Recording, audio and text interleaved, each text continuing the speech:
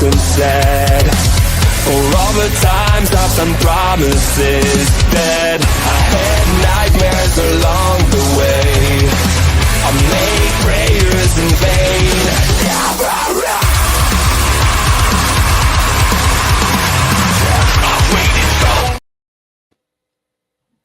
Hello, everybody, and welcome to WrestleMania Night 2 review post-show here on OLE Podcast.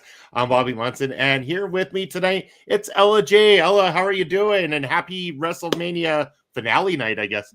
Well, technically, we still got Raw, and then we got NXT, but yes, I am a lot more enthused coming out of this one than the last one, I will say, so I'm so happy to be here. Yes, I am as well, too. This has been a fantastic WrestleMania night, and to be honest with you, when I saw the two cards up against each other on paper, I was more excited for night one, but night two delivered, I think, overall. See, I was always leaning night two, and it turned out to be the better card, I would say, at least for the first half. We'll talk about it though. Absolutely. Yeah. And hello to Ed, who hosted our night one post show yesterday. Thanks for all your hard work this weekend, Ed. STG's in the house, been supporting us all weekend long. Absolutely love it. Andre coming in, cheering for Ella 3 times over, and then I get a shout in the end. And Bobby. Yeah, and Bobby. And Bobby, we should have switched then. No, Ed, I had fun with this. It was good. I ended up enjoying night two quite a lot. So let's get right into this. We opened up with the women's championship matchup, triple threat, Rhea Ripley versus Bianca Belair versus Io Sky. And we have had a lot of triple threats this weekend. There's been one on every single one of the WWE based cards throughout the weekend, and they all delivered. But I gotta say, these 3 tore it up here tonight. Great high energy to kick off the evening. All 3 of these ladies absolutely fantastic. And I thought the finish to this was just beautifully done. That crowd was eating out of the palms of hands of these women. What were your thoughts on this one? Yeah, that is how you open a WrestleMania. Like, coming out of last night, I was riding a high because I thought the ending of night 2 is great with Paul Heyman and Seth Rollins. So I was riding in on a high, and Io Sky, Rhea Ripley, and Bianca Belair continued it. The first couple of matches tonight actually continued it. We were on a good momentum. But obviously, WrestleMania has been a roller coaster, so it eventually came down. But this was a great high heading into night 1. I do have to say, I am very surprised that Io pinned Bianca and not Rhea. Because I thought it could have ended one of 2 ways. Bianca, keeps her streak alive, or Io pins Rhea and then Bianca makes the claim, oh, you didn't pin me, so we get like a backlash rematch. But she pinned Bianca, so that's going to be interesting to see how that plays out. I'm very happy for Io Sky. She was kind of the underdog, the shadow, in the shadows of Rhea and Bianca heading into this. And she demanded respect, and she got it. Yeah. I'm happy too. She didn't walk out of WrestleMania again without a title back-to-back years. Great opener, one of the best openers I've ever seen. I can't be mad at any of it. It was so good. And here's the thing. Now Bianca's streak at WrestleMania has come to an end, but Io's undefeated streak in triple threat matches stays intact at the same time. That. Yeah, so big things coming out of that. So again, everybody in the chat, make sure to get your comments in. Love to get these. Is Jamie Dwyer coming in saying, show finished 20 minutes early. We could have done a Chelsea Green match. So disappointed. That is a very fair assessment. I am on board with that. I think they dropped the ball not having Chelsea involved in a matchup this weekend. I agree. Like, we could have had, you don't necessarily have to do an open challenge, but my God, I wanted a Divas open challenge, bro. I'm also surprised. I'm happy they announced WWE Perth. We didn't get anything Evolution. Hello? I hope they announce it tomorrow, on Raw. I was surprised we still don't have an Evolution announcement. Anyways, that's aside itself. But also Justice. Chelsea Green got robbed 3 times in the last week. On SmackDown. Then she got robbed for Social Star of the Year to Drew McIntyre for the Slammies.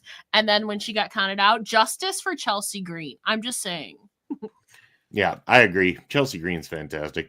Millennial Noob joining us. Hello, how are you doing this evening? We've also got Logan James in the house saying hello. Io Sky Yeah, is the first Japanese women's wrestler to win at I saw WrestleMania. that. The curse has Mhm. been broken. She made history, and Yeah. that needs to be applauded. That is fantastic. I'm glad to see that.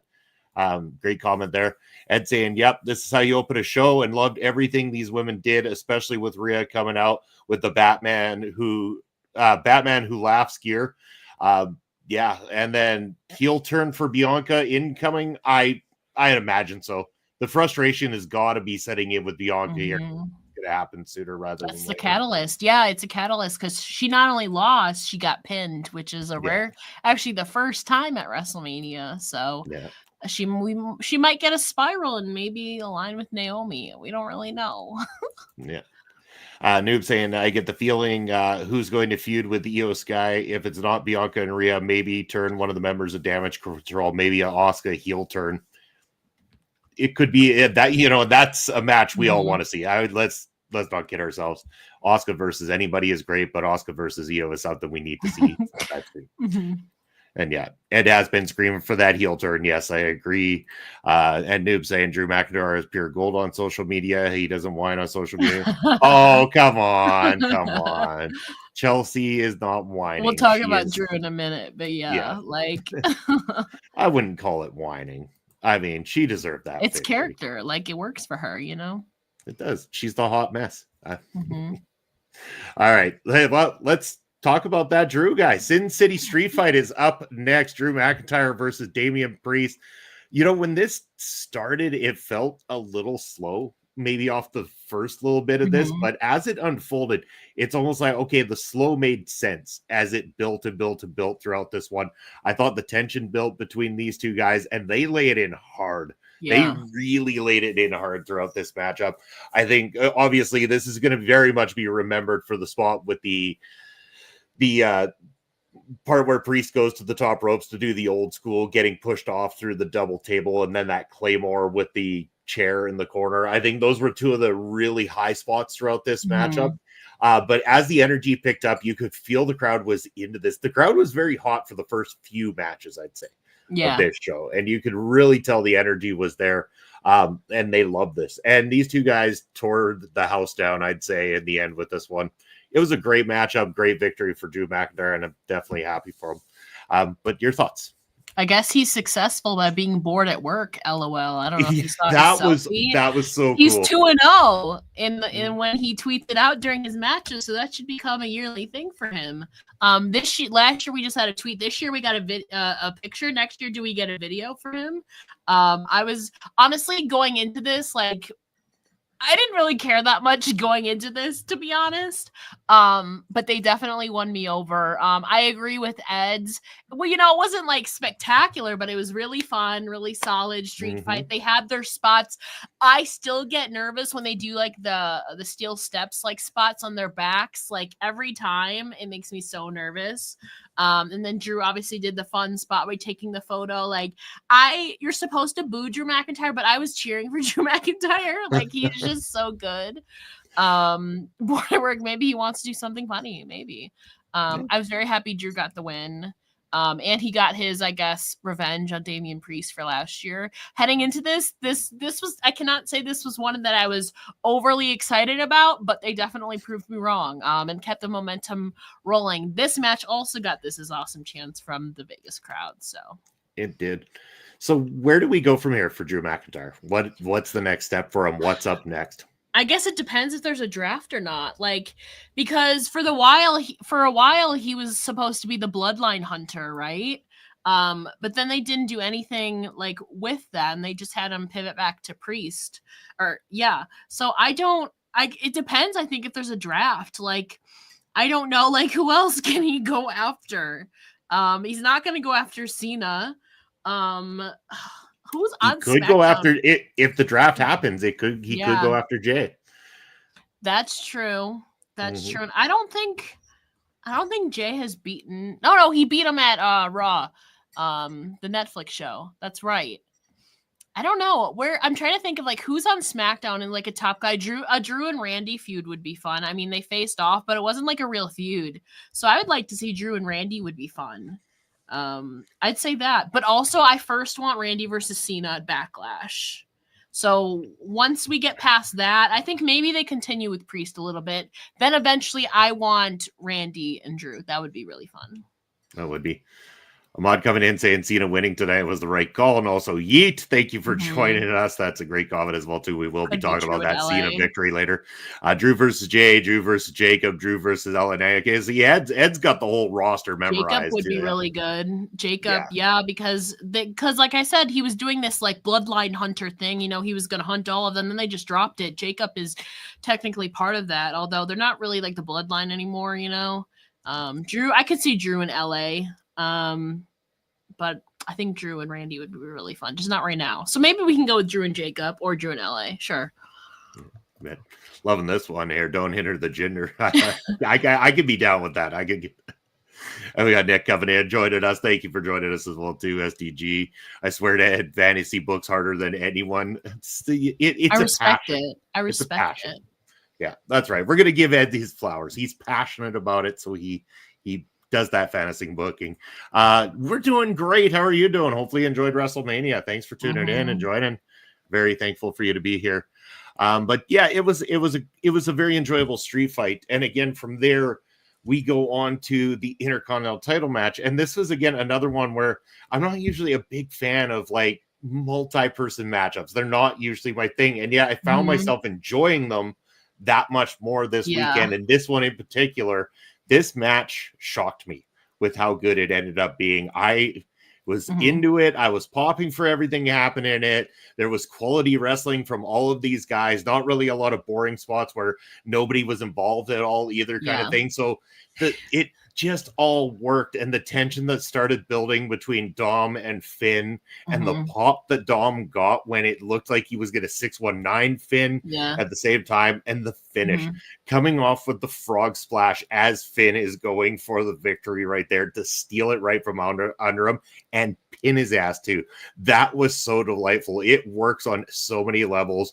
Dom winning that Intercontinental title is a testament to the hard work that he has put into that character. I know that a lot of the times I jokingly make fun of him, but he is a very hard worker, and he has stepped out of his dad's shadow to do something different, and he is being rewarded for it with this title win tonight.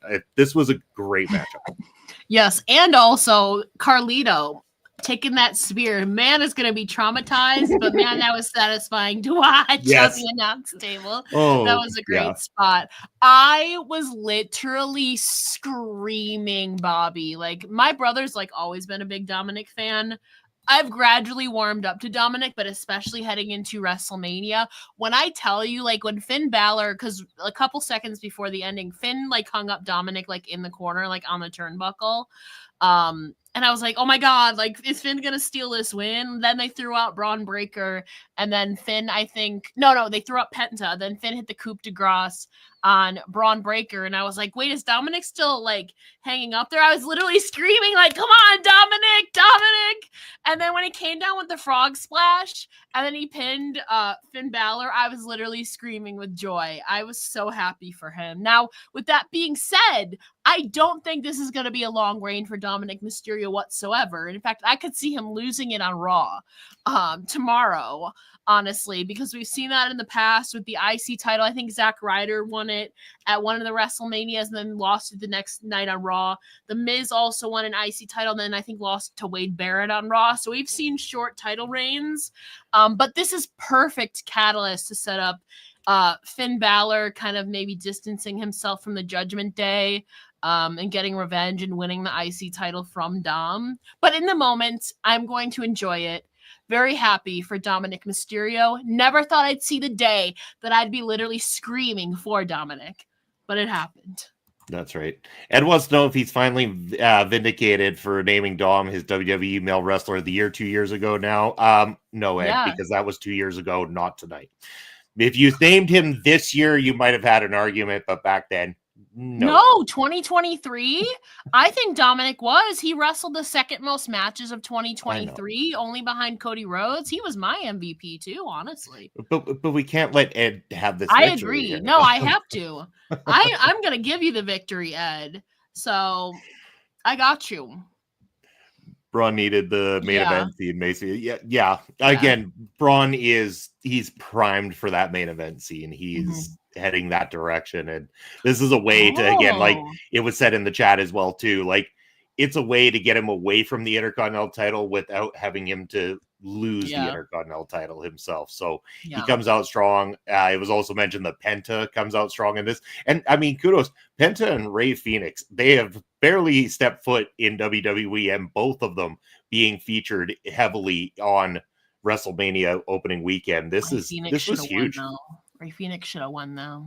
Like, I know you guys probably talked about that yesterday, but if it was Rey Mysterio and El Grande Americano, like, duh, El Grande is gonna win. But if it's Rey Fenix who's making his WrestleMania debut, like, how do you have him lose? He was riding a wave of momentum. If you were gonna have El Grande win no matter what, honestly, it should have been Dragon Lee in that case and not Rey Fenix. But I digress. Ugh. Yeah. And Ed, I know you're saying that just to make fun of me, but you're not making fun of me. It's just truth. No, it's too soon for Rey Fenix to win right now. Well, I don't know. He was undefeated in singles match. Like, granted, it's like 2, and then he won a tag match. But I was like shocked they had Rey Fenix lose. Like, it should have been Dragon Lee if you were gonna have El Grande win no matter what. Honestly, just in my opinion. Yeah, and Ed and Megan both said it last night that Phoenix should have won as well too. And we will get to this very soon, Ahmad. Don't worry, we will get to that match very, very soon. What we got? The Masked Man could be that would be funny if Kurt Angle got unmasked as El Grande Americano. Oh my god. I would laugh quite a bit if it was Kurt Angle under the mask when they do finally unmask. It would be entertaining. Shout out to Kurt. Wonderful human being. So, all right. This one ought to be fun. Up next, it's the Randy Orton Open Challenge. And there was speculation all over who could be the one that step in. Is it someone returning? Could it be Nick Aldis? Could it be all these things? And I know Mark said it earlier today that he's like, you know, the kid in me wants it to be Joe Henry for the moment and how exciting it would be. But he goes, I'm certain they're going to go with Rusev and everything. And all of a sudden, when that music hit, I'm like, holy SOB, they pulled this. They actually pulled this with Joe Henry. And what a moment. Like, for them to put the trust in Joe Henry to go out on a WrestleMania stage, that, you know, making history. This is the TNA champion for the first time stepping out on WrestleMania to go up against a legend like Randy Orton. And I haven't seen it necessarily, but I'm going to make an assumption that there is a lot of people online crying about, oh, the match was too short. Joe Henry didn't get enough in. No, I'm sorry. At the level that Joe Henry's at right now, this was perfect. This puts him over in a major way. Randy Orton is an absolute legend. Joe Henry got caught up in the moment, which is exactly what you don't do against the Viper Randy Orton. He paid the price for it. And afterwards, he still got his flowers from Randy. Randy gave him his flowers, saying, you know, credit to you for stepping up, and then gave him that extra RKO for good measure, because we know that's what Randy does. I liked it. I thought it was fun. I thought it served well for a WrestleMania moment, is what it did.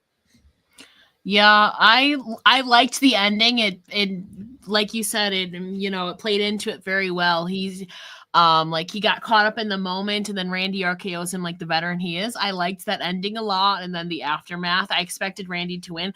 I wish it was like 2 minutes longer, because like at the same time, he's like, granted, it's a different company, but like, he's a world champion. Like, I think it should have gone maybe 2 minutes longer. Because I think I don't know. I feel like it discredits him just a little bit. Like 2 minutes longer, I would have been like okay with it. Like, perfect ending, you know, him taking the eye off his ball, you know, rookie mistake, you know, when Randy's the veteran. Great. Just wish it was a smidge longer. I did see reports that Jeff Hardy's name was pitched for this too. I would have loved to see Jeff Hardy and Randy Orton on this grand stage, just biasly. But good surprise to see Joe Hendry. You know, maybe that's a sign for the future that this TNA relationship is going to extend beyond NXT, so we can get actually more main roster people outside of Royal Rumbles, TNA versus WWE. So I hope that that's the case. Good spot for Joe Hendry. I loved Randy doing the spot too. It was fun. It was lighthearted. I mean, I can't complain much other than I wish it was a smidge longer. Other than that, I enjoyed it, you know. Yeah, it was great for the moment. And again, like Joe Henry gets that Mhm. moment of, yeah, I mean, he had the crowd singing his song. He had the Yeah. crowd pumped up, fired I up. didn't It, see I saw his name floating around a little bit, but, like, we were like, "It's not actually gonna be Joe Hendry," but then it was, you know? Um, Fun Randy is best Randy, yeah. But, man, I really want heel Randy soon, but I don't know, we'll have to get there. We'll talk about that once we talk about the main event. I always, But honestly, after this match was when it kind of went downhill for me a little bit. see, I always find with Randy too is that he's babyface or heel. He's never really, he's one of those guys that kind of like toes the line that he's Yeah. never changing Mhm. who he is. He just Mhm. changes who he hurts in the Yeah, process, that's kind of true. thing. Yeah. And there's very few that can do that so well. And Randy Orton is a masterclass at doing Mhm. that. And that's why it didn't matter who you threw out there. We were Yeah. going to enjoy ourselves because it's Randy Orton. That's Yeah. 20 WrestleManias. He's been there for 20 years. I mean, it was a magical moment. You could not have Randy on the card. That would have been a I know. terrible I mistake. would have fought. I would have rioted. Yeah, I would have exactly. So rioted. you need Randy. That's the thing. You need Randy. And And it's funny to think that now he's kind of like that Mhm. living legend amongst the WWE. This is Yeah. the more senior guy amongst the Mhm. WWE roster at this time. This is Mhm. the leader when he was that punk kid that came in 20 years ago arrogantly taking out people like him Well, at his one point in gear time. was seemingly inspired by his first gear. He came his SmackDown debut, like the navy blue and like the gold. And I was happy because it was finally his first PLE win since Survivor Series when he returned a year and a half ago. That is quite a long time. Crazy. Actually. So I was That's very wild. happy about that too. Yeah. It's good. Maybe Randy's next opponent. Maybe. Maybe. Isn't Alistair supposed to debut on or not debut, but return on SmackDown. So yeah. There was a teaser at least anyway that kind of 425, leads they to said, that. right? Yeah. Yeah. Yeah. So that was it's gonna have a lot going on. This is gonna be a wild week all week long. I mean, there's gonna Mhm. be returns, there's gonna be interesting things. There could be new champions crowned after there was already new champions crowned. I mean, it's wild. So yeah, we're at talking about taking the steam out of the entire show. Up next, AJ Styles versus, and this is how we have to say it because we said it all morning long, the piece of shit Logan Paul. Here's the thing. Logan Paul, for as much of a horrible, disgusting human being he is, He's can good in get the work ring. done in the ring. He Yeah. can. The problem is that he is just a carbon copy of everything he's ever watched. And there, like I said it earlier, there's no true identity for Logan Paul. He Yeah. can execute well, as STG is mentioning, but that's about where the limitations I find with Logan Paul is. Other than that, he's the arrogant, cocky YouTuber that really is kind of worn out already at that welcome. AJ can get it done in the ring too. We know this. And these guys, again, the whole match, they executed fine.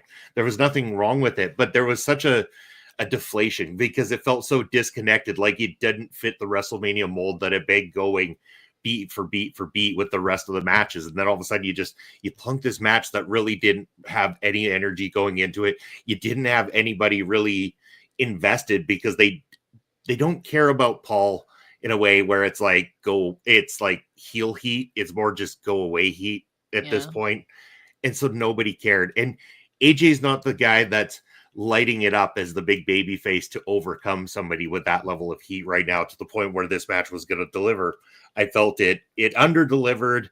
It did nothing. It could have been erased from this entire event tonight, and we would have been better for it, even with that gap. And again, you look at this and go, you wanted Logan on here just because of the Prime sponsorship, the stardom and stuff like that. You have better quality wrestlers that did not have a match this weekend that could have given you something better in that ring. You have Sami people that are, Zayn. you have so many people that could have delivered something better than what we got here. And that's not discrediting AJ Styles in any way. It's more a discredit to the fact that we have to keep the force-fed Logan Paul at these big events only. I do have to say, I've at least enjoyed, and I was never really a fan of him up until recently. I've been really enjoying the Karrion Kross and AJ Styles stuff. Like there's a story there, and obviously we saw it play into it in this match. I hope that continues. I'm not sure how true this is, but I've been hearing that this might have been AJ's last WrestleMania. Because I think his contract is coming up and we're not sure if he's gonna resign. So I guess it would make sense that he would want to put over the younger talent on his way out. If that's true, I don't know for sure. We've seen it though the last 2 years. Like last year, I still can't believe he lost to LA Knight last year, and then he lost to Logan Paul this year. So again, like you said it like it was a good match. It just wasn't anything spectacular, you know. Yeah. But I am interested to see where AJ. I hope they continue the AJ Styles and Karrion Kross things. Yes. Because that has actually I've been really enjoying. Yeah. And I'm glad they played on it here too. That is what I've heard. That's what I've heard. But again, you know, things change too. AJ could resign for all we know, you know, last minute. But yeah, that's what I've heard. I did also predict Logan Paul to win this match, which he did. Wasn't necessarily what I wanted, not necessarily. But after what I had heard about this maybe being AJ's last Mania, I thought it made sense. But like you said, it was a good match. Wasn't anything spectacular per se.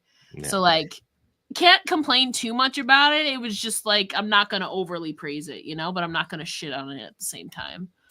It also could have been done on SmackDown and we could have fit something else into the card kind of thing. I don't think, again, that's the problem though. When you have someone on the level of a Logan Paul, they see it as an opportunity. It's like, okay, well, we can pull casuals in who maybe don't watch wrestling, but they are Logan Paul fans or something like that. I think that mentality has gone too far at times, kind of thing. And we bring in these supposed stars from outside all the time to do these matches. I think when you have a talented roster sitting there ready for those opportunities, you're not going to create stars by continuously pulling them from other sources of media all the time.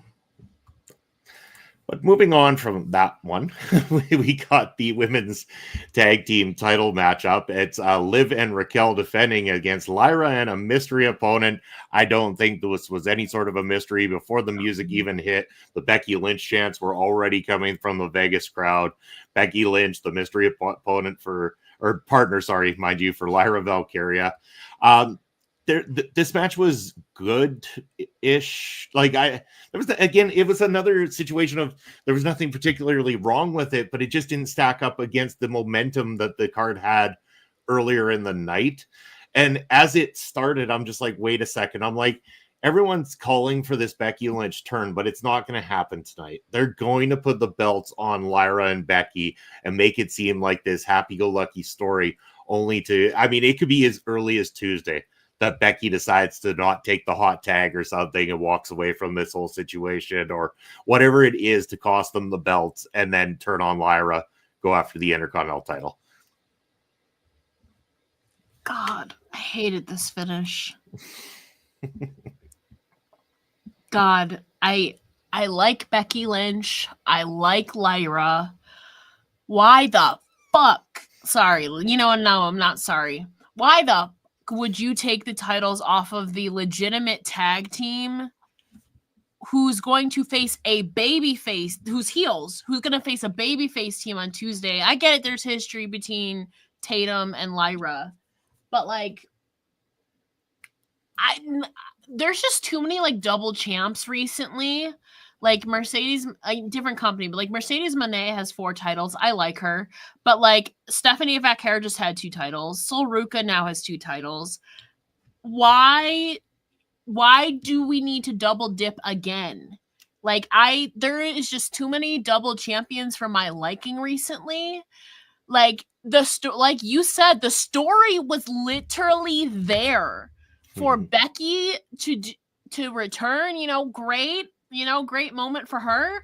Her and Lyra have history. Becky technically never got a rematch for the NXT Women's Championship after she lost it to Lyra. It's been a while since we've seen heel Becky. She could have done something similar to, Seth did, kind of, I guess, turned heel a little bit or betrayed people, Like, how awesome would that have been? Back-to-back nights, husband and wife turn.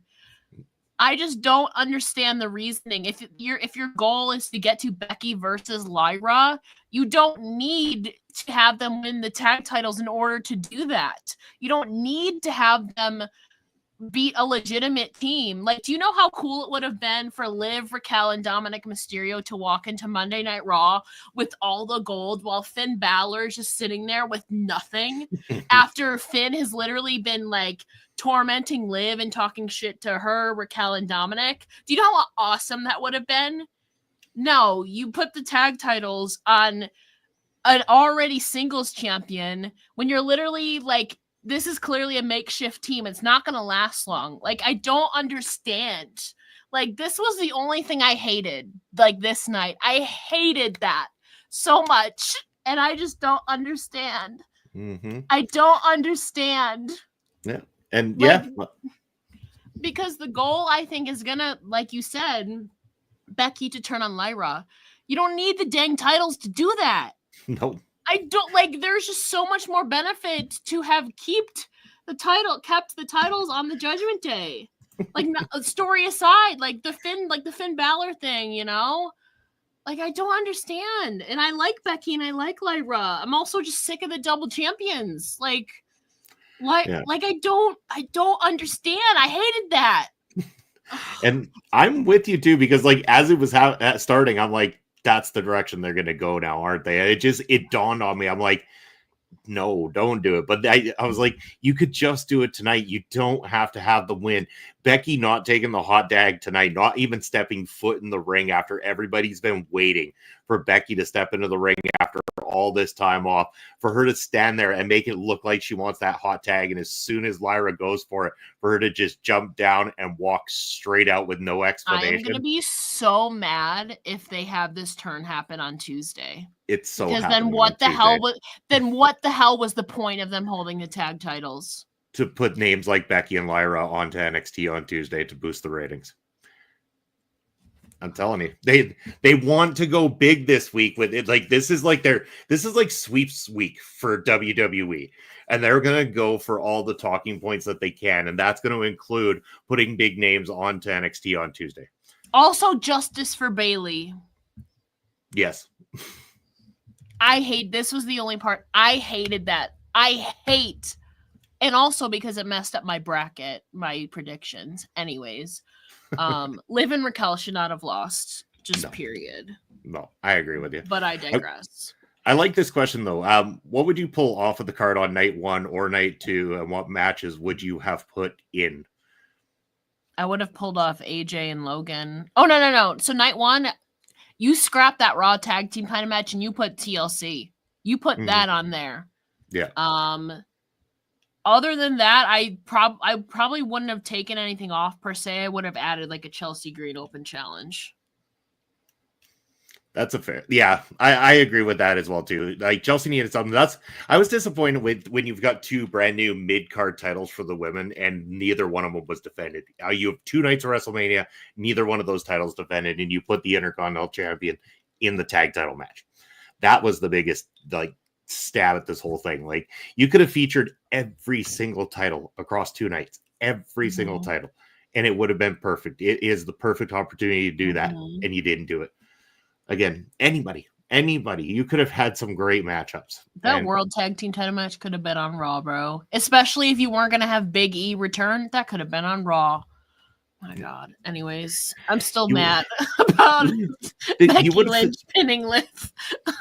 STG would have scrapped Charlotte and Tiffy. That match was not as much the train wreck as some people are saying it was. Like, come on. Like, you know what? Charlotte is so damn good in the ring, and for what it's worth, like, did a good job carrying a lot of the work in that matchup and leading very, very well with Tiffy. And again, like, for what it was, it either one of their best matchups? No. Was it the best WrestleMania matchup? Worst? No. It wasn't their worst, considering what everybody expected going into it, it was not as bad as what everybody thought it was going to be.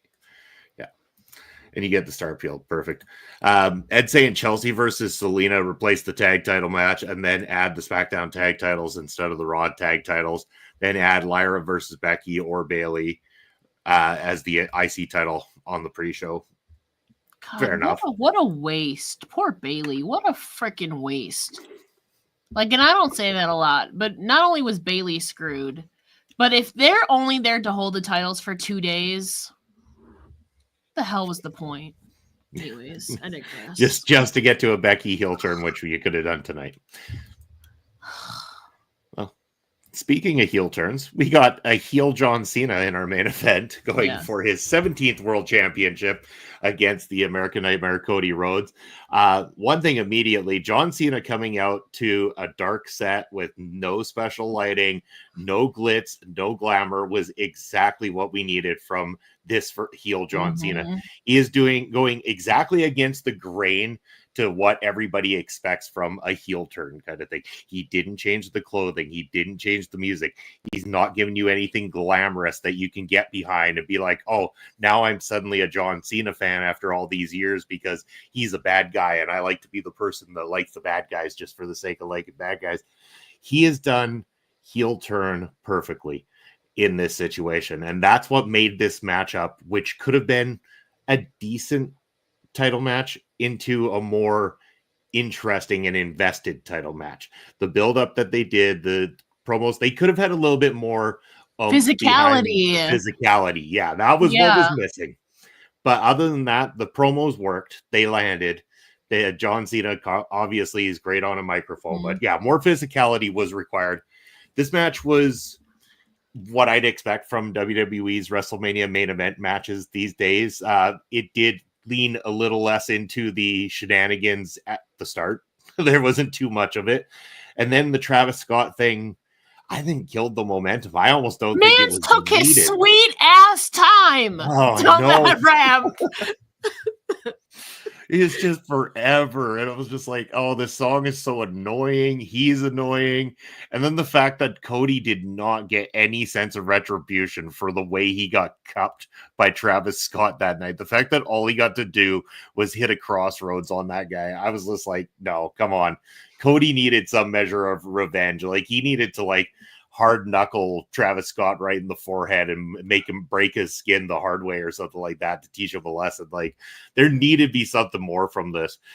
Cena winning doesn't disappoint me in the situation. I think he easily could have pulled off, a dirty win behind the referee's back, ref out. He could have done the low blow thing.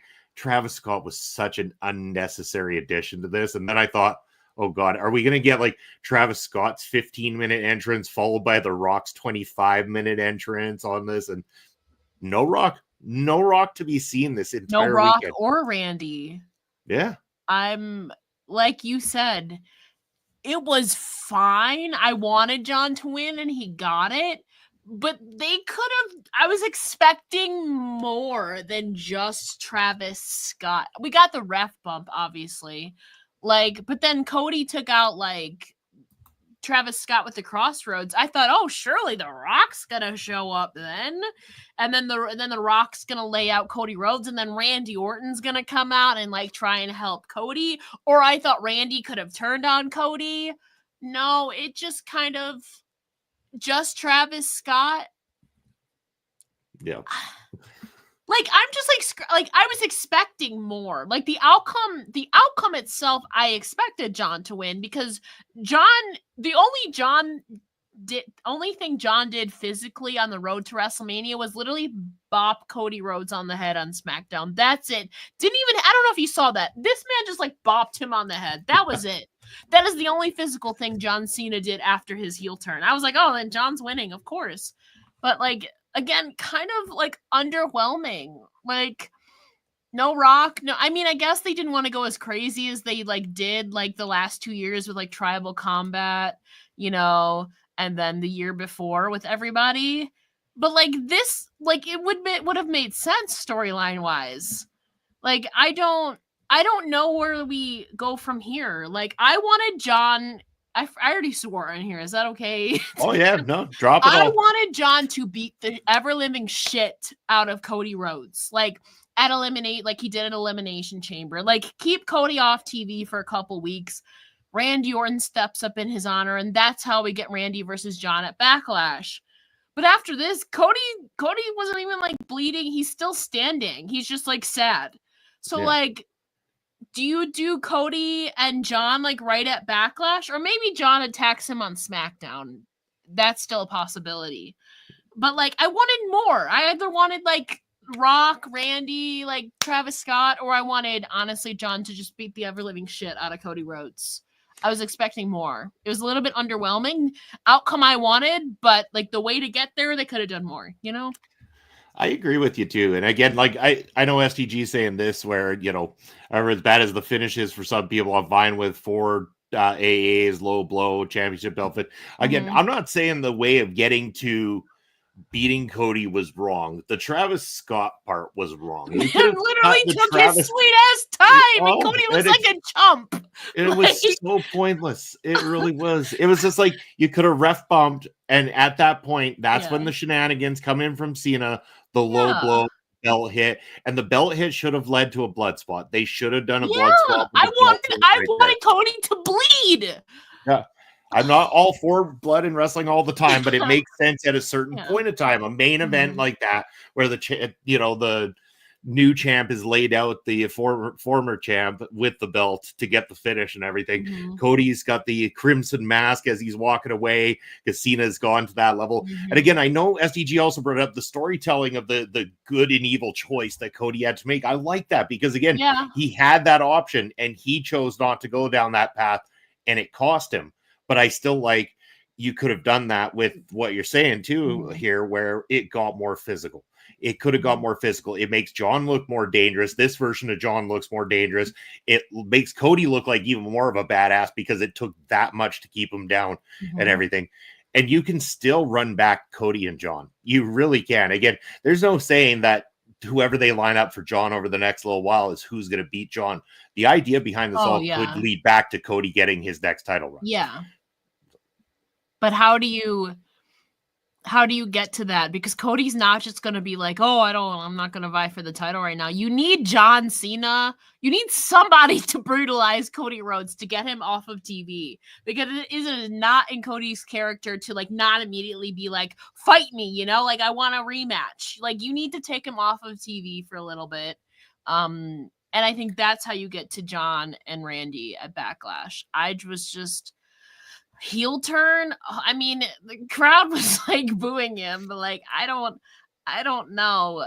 You need to do something. You need to get Cody off of TV for a little bit so John can do stuff like outside of Cody, And I think that crowd was trying to pull like a Hulk Hogan Rock WrestleMania moment with that kind of turn, and it wasn't landing at all. Kind of like there was just like this centric group of guys in front of the hard cam that were like, we are determined to make this happen, and it didn't land. And unfortunately for them, it looked kind of silly. John Cena versus Randy Orton in St. Louis, then Cena versus LA Knight for the next Saturday night's main event in Tampa, then Cena versus Damian in LA at Money in the Bank, and then Cody versus Cena 2 at SummerSlam and the MetLife. I don't think that's a terrible idea. Again, we also banking on that means Cody sticks around. Yeah, it also depends on this alleged draft. Yeah. A match that we also haven't gotten, which I don't foresee happening because they're both heels, but like Drew McIntyre and John Cena, like we really have not had in forever. I really want that match. That could be super fun. But obviously you would have to make some changes. The Vegas crowd, they were weird. Also, John Cena, so John is scheduled for Raw and SmackDown Backlash. I think the Raw after Backlash, whatever May 9th is. And then, actually, no, he's pretty scheduled up until Saturday night's main event, which is at the end of May. He, I think, at least has 6 dates lined up in between then. So at least for the next, 5 weeks, I think he's pretty stacked up, honestly. But that's only up until Saturday night's main event that I'm aware of. So. All right. Well, yeah, stacked up for John Cena, and I mean, hopefully so, because again, nobody really wants part-time champions anymore, and we know it's his final run. We know he's not going to be on every show every single week or anything of that sort, but we know he's going to give it his all as we head towards the final days for John Cena. Hey, and happy April and spring. Happy in April and spring Mhm. to you as well. And yes, tonight is Easter Sunday, 420, all those wonderful things that people are celebrating and happy about, as well as being happy about WrestleMania itself. Final thoughts. Where does this WrestleMania stack up for you, Ella? And also everybody in the chat, where does it stack up? If you were to say against the great, all-time WrestleManias, does it even break the top 10 or come close? No, definitely not top 10. Now, you got to remember, so I started watching in 26. WrestleMania 26 was the first one I've seen. I've gone back and seen like X7 is really good. I have not seen a lot of the older WrestleManias, to be honest with you. Like I've seen 22. I've gone back and watched 25. But like much of the early ones before 26, I haven't seen. So out of the ones I've seen, honestly, there was 14 matches. Like honestly, only like 5 out of the 14 like really wowed me, and 4 of them were tonight. So like all time, I don't know. But I will say night 2 was a lot better than night 1. So I guess I will leave it at that. Night 2, 5 out of 5. I gave it a 3. I did a 3 out of 5 on a scale of, I guess for me it'd be a 6 out of 10. Night 1, night 2, yeah, probably like a 7.5. 7, maybe like closer to 8. But that Becky Lynch thing really made me mad, bro. Honestly, I can give it an 8 because AJ and Logan like wasn't bad. It just wasn't anything spectacular. Cena won, so I was happy. So I can give it an 8. But that big knock is that Becky Lynch thing. Like I can't. Yeah, I can't. that's fair. As STJ is saying, night 1 was 4 out of 10, saved by the main event. Main event was so good. Yeah. I really like Jacob and LA Knight personally on that night as well too, but that's just that was a fun match too. Honestly, the best BFT I've ever seen too. That is not a move I'm normally like a fan of. That was a cool against the ropes there. That was a cool BFT. Yeah. Night 2 is 7.5 out of 10. That's reasonable. It's in around there. Yeah. I mean, it wasn't, again, it's far from the best. And I'll really date myself here. I started watching just after WrestleMania 6 actually happened and the lead up to WrestleMania 7. Okay.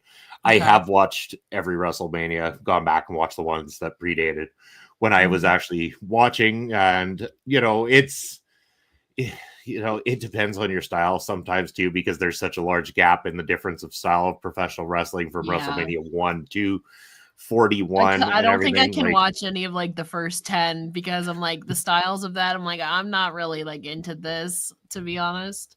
I think like I said, the earliest one I've watched is X7. That's because I knew it was so good, and it is so good. Stand and Deliver was really fun. Yeah, they delivered on Stand and Deliver. Even SDG saying as well too. I think everyone agrees. Yeah, it was. You can watch Mania 10. Well, do you know the main event of that? What's the main event of that one? No, I'm for Mania 10.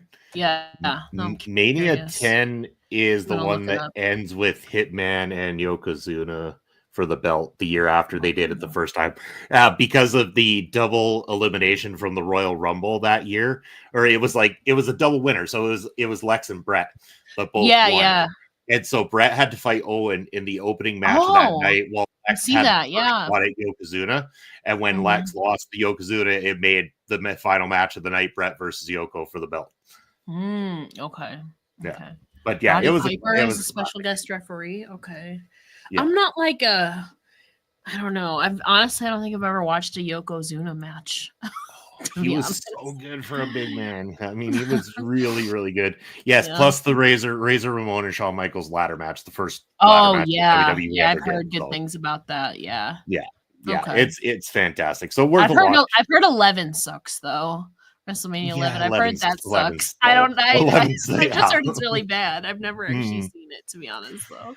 Yeah, you can skip 11. There's no shame in skipping 11. Nobody's gonna blame you for that at all. So, what's this? When WWF told stories about ladder and the usage of it, I mean, they did really good at it. It was always interesting. Instead of ladders being randomly, they're all 5. And then 11 had the main event which was fun, which was Lawrence Taylor versus Bam Bam Bigelow, which is surprisingly a fun off. main event. It was surprisingly decent for what it was. And plus you had Salt and Peppa doing What a Man as LT came out. I don't know. A lot of this is before I was even born. So I think that's why a lot of it is like a turnoff to me. I'm like it precedes my birth. That was when young Bobby was going. We would go to there was these big screens at our local arena around here, and you'd pay like $5 to go watch the pay-per-views at them. Oh my god! And so that's how I used to watch WrestleMania, was at the local stadium here in town and on the big screen. It was a lot of fun. But anyway, that's WrestleMania night 2. It's WrestleMania 41 is in the books. We can now call it officially over. But Ella, why don't you tell everyone what you got coming up and where they can reach out to you? You can follow me on Twitter, X, and Instagram at It's Ella J. I know I have one more kind of WrestleMania reaction show coming out later this week with my good friend Mike Larkin. You'll have to stay tuned for social media because I don't know when exactly that's coming out. But I am happy to say that like most of my festivities WrestleMania week has wrapped up. Work-wise, though, my next day off is Saturday, so we still got many more days to go. I hope Raw is not a dud. Let's fingers crossed, like this Seth Rollins and Paul Heyman thing. I'm really excited about that. John Cena is supposed to be on Raw tomorrow as well. Fingers crossed that it does well. I'm interested to see where they go with Bianca, Rhea, and Io. I'm actually, now that I'm talking about it, I'm actually kind of excited for Raw. Like there's a lot that they could do. And Dominic Mysterio, obviously the Judgment Day. Raw has potential to be good. It does. Plus returns. I mean, we're bound to see Rusev. Yeah, probably. Who does he face, though? That's the thing. We'll have to see. Tune in to find out. That's true. That's true. Maybe we'll see Joe Hendry. I don't know. Maybe. Yeah. But yes, I'm excited for how Raw is shaping out. Overall, fun weekend. A lot of it underwhelming. Not the worst I've seen. So it's kind of midway in there, you know, kind of not good, not bad. So, but yeah, stay tuned on my social medias for all those reactions, and always follow. I mean, you're probably already following OLE. Thank you for having me too, Bobby. Oh, always love having you here. You're always welcome to come join us anytime. As for myself, there's my credentials down below. You can follow me on social media as well as checking out the shows that I've got coming up, which I've got this week with myself and Papa Smokes. Thursday night, Ring Respect Radio. We're going to be talking about the upcoming Prairie Pro Wrestling show, giving you the inside scoops on that, as well as talking about Josh Barnett's Bloodsport that was just this weekend, Thursday night, I believe. Great show, by the way. And then you can always catch myself, Papa Smokes, every Saturday afternoon, Prairie Pro Wrestling, doing the commentary for a new match every single Saturday afternoon. So check that out and subscribe to Prairie Pro Wrestling. Friday night, I'm going to have a pre-recorded review with Astrid coming out for another horror movie. So Killer Cuts makes its return on Friday night. Stay tuned for that as well. And back here next Sunday, 11 a.m. Eastern time, to talk the weekend sports with the guys on Point of View. But that's going to be absolutely everything there. Everything else you can find here on OLE throughout the week is wonderful stuff from great creators. Follow us on all social media. Give us a like, follow, subscribe. We appreciate it. And if you're watching on a replay, a comment down below is appreciated. I will get back to you in the comments section. Thank you, Ella, for being here with me tonight. Really do appreciate it. Thank you, everybody in the chat who supported all this show today and all weekend long, and to all the wonderful guests we've had as well, too. We're going to leave you now with our weekly calendar so you know what streams are coming up. And once again, have a wonderful night, everybody. Happy WrestleMania. Never gonna stop, never gonna change, never gonna do the things you say. I run my own way to get there. Fools are calling that I don't seem to care. In the air, no more crowd, just the opposite kind of few clouds. So tell me this time is coming for the sake of all your lies.